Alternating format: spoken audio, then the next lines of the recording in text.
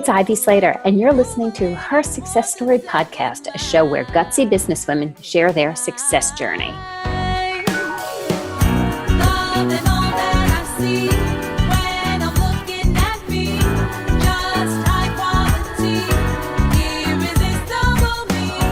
Welcome to Her Success Story with Ivy Slater. I'm excited to be here with you today, and thank you all for joining us.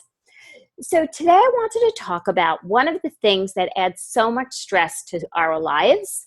It adds stress to our lives, it adds stress to our businesses, and inflicts pressure and anxiety on too many situations. And that is one word, it's decision. And the process is decision making. So I have been decision making for many, many years. As a business owner, as a mother, a wife, a daughter, we all make numerous, I could say hundreds of thousands decisions a day, a week, a month. This can weigh on so many of us. And the thing is, with decision making, it can become overwhelming. The second it does that is the second that we're unable to make a decision and we go into complete stress mode.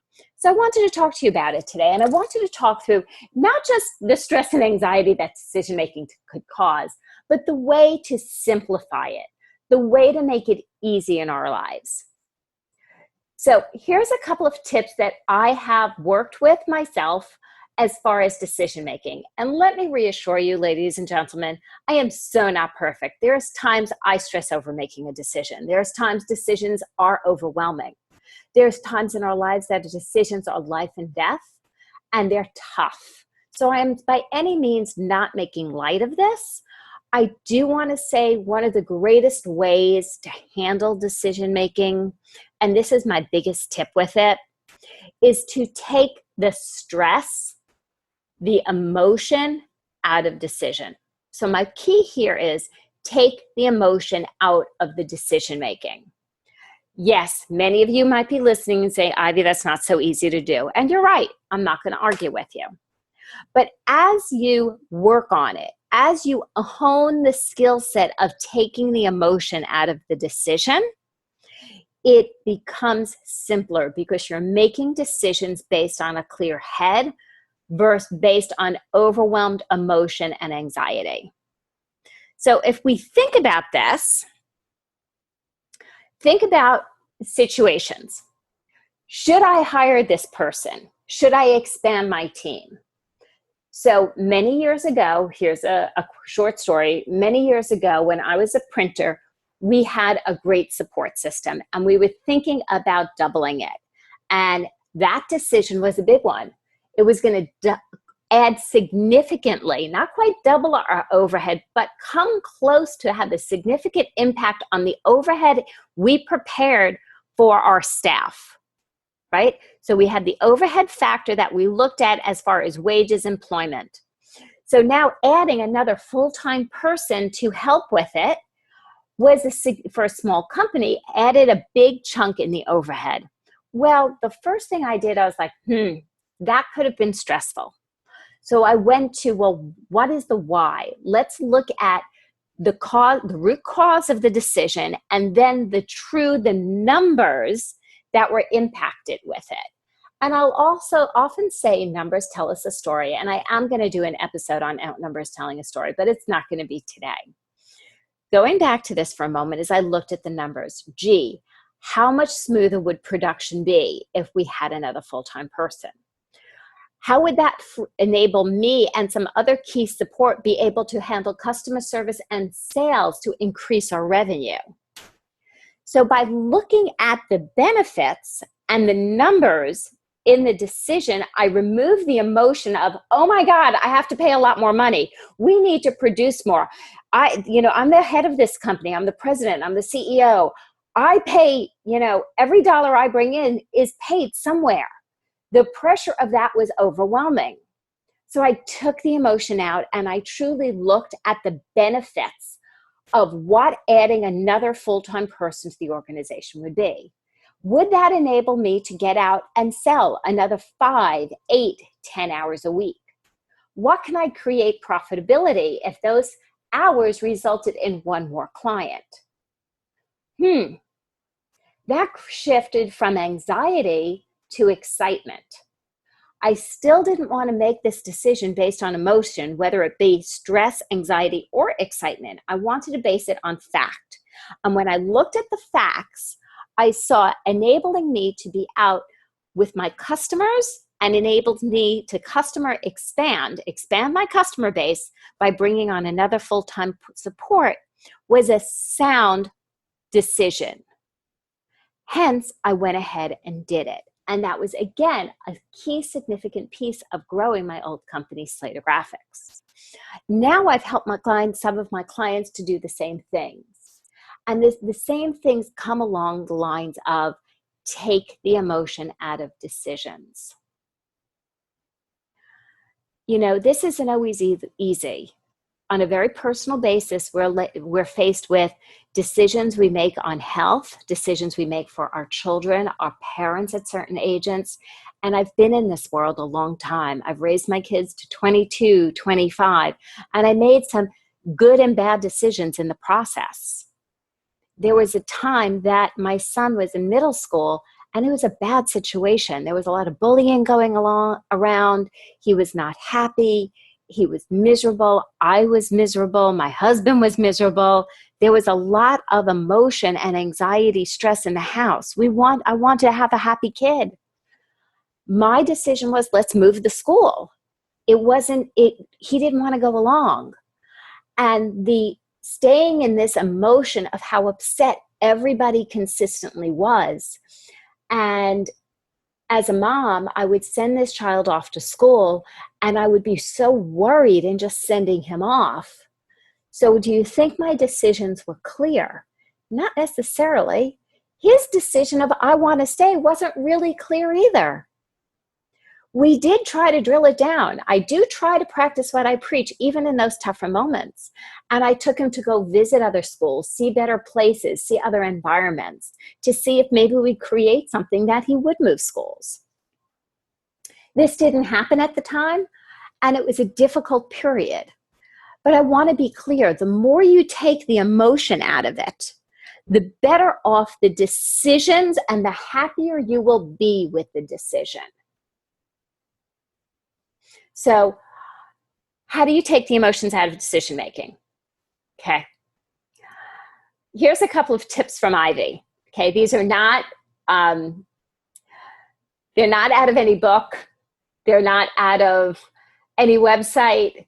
This is based on being a business owner for 25 years, being a parent, and also making decisions with my own parents as they've aged, and my dad, who's no longer with us, that we had to make some difficult decisions with. So number one, how do you do it? Take yourself out of a situation. Take yourself out of the situation. So the second you do that, I will go out and take a walk. When I feel myself being in overwhelm, I will go out and take a walk, get some fresh air, clear my head, move my body. My other tip, talk it out with somebody you trust. Not somebody you're looking to tell you what to do. That is not helpful in the decision making. But somebody you trust who's a great listener, who will listen and repeat back to you what you're truly saying and help you drill down to the core of the decision, getting out of the emotional overwhelm in the decision making process. Really important key pieces. So if it means taking a walk, if it means taking a run, taking a bike ride, going to do an exercise class, having great support system. So who are the people? Know your go-to people of who you talk things through with. And I'm going to be honest, I'm married a long time. I'm married 2+ years at this point. My spouse is not always the person I talk through the decisions with. Because here's the bottom line. When we look at our spouses, our romantic involvement, our best friends, our family, they love us. They feel emotion towards us. They truly adore us. So their process in decision-making is based on an emotion of love to you. They want your decision to make you happy and not necessarily what the best decision is in the situation. They're coming from a place of, I want this person I love and adore happy. That's not necessarily the clearest, best decision in the process. Sometimes we have to go through the tough process of breaking things down to create what will eventually be the happy place, but is not the happy place in the process of the decision making. So it's culling down the facts. It's culling down the facts and really looking at them objectively. When people are really close to us, it's very tough for them to help us be objective because their own emotions are involved in their feelings for us. It's coming from a place of their own love. So understand that. Create somebody or a team of people who are your clear people in your life, in your business, in your world that you can go to talk through a decision process. Some of these people are my colleagues, they're friends, but they're people I trust who are going to ask me straightforward questions without judgment, repeat back to me clearly what they hear me saying until I come to a clear, unemotional decision that's best for the situation. So in decision making, it becomes easier and easier as you, number one, take the emotion out. Number two, drill it down to simple pieces of information. That's what I'm saying. As you remove the emotion, you'll have simple pieces of information. With that, you can make clear, level-headed decisions. Some of the decisions I've made, raising my kids in New York City, we had to make decisions on school. There was preschools, there were elementary schools. Both my kids went to different preschools, the same elementary school, 2 different middle schools, 2 different high schools, and when they applied to college, their list did not overlap once. So there was no similarity, so we always had to approach this helping them strategically find the best places for the individual children. That was a process in decision making. A process in decision making has been growing my companies, whether it was when I was a printer and had my company Slater Graphics, the decisions to expand it, the decisions to grow it. We moved our facilities a couple of times, those strategic decisions. Strategic decisions when bottom line facts is print jobs went wrong in the middle, during, beginning, end. And you have to be able to make just strategic, unemotional decisions based on pieces of information. With Slater Success, I help my clients make clear, level-headed decisions to grow their companies. This is not a process that I take lightly. It's not a process that I'm not going to tell you is easy. As you start, it gets easier, you get clearer, and you get better and better at it. My last tip before we sign off is prioritize.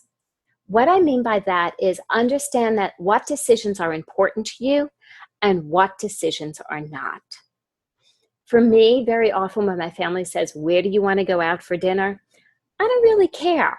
What's important to me is that I'm with my family, not whether we eat, at one place versus another, whether we have Italian or Chinese. Very often I'm not that big of I don't care that much about food. So it's not a big priority in my decision making. If I find a restaurant loud, I might be very clear that I don't want to eat there. So I have my priorities in my decisions. So the 3 tips you heard today about decision making is to get out of the overwhelm, get the emotion out of it. Have a good team to brainstorm and help you through process of decision making with clear, level-headed questions that they bring no judgment. They don't make your decisions for you, but they repeat back to you what you're saying so you could see what's important to you and make a strategic, smart decision. Last but not least, understand your priorities. When things are not important, don't create a big deal out of the decision. Just make a decision and move on. The best thing you could do in decision making is one decision will lead to the next. The longer you stay in indecision, the more stifled you will be in your business, your life. So happy decision making to all of you. See you next time on Her Success Story. got my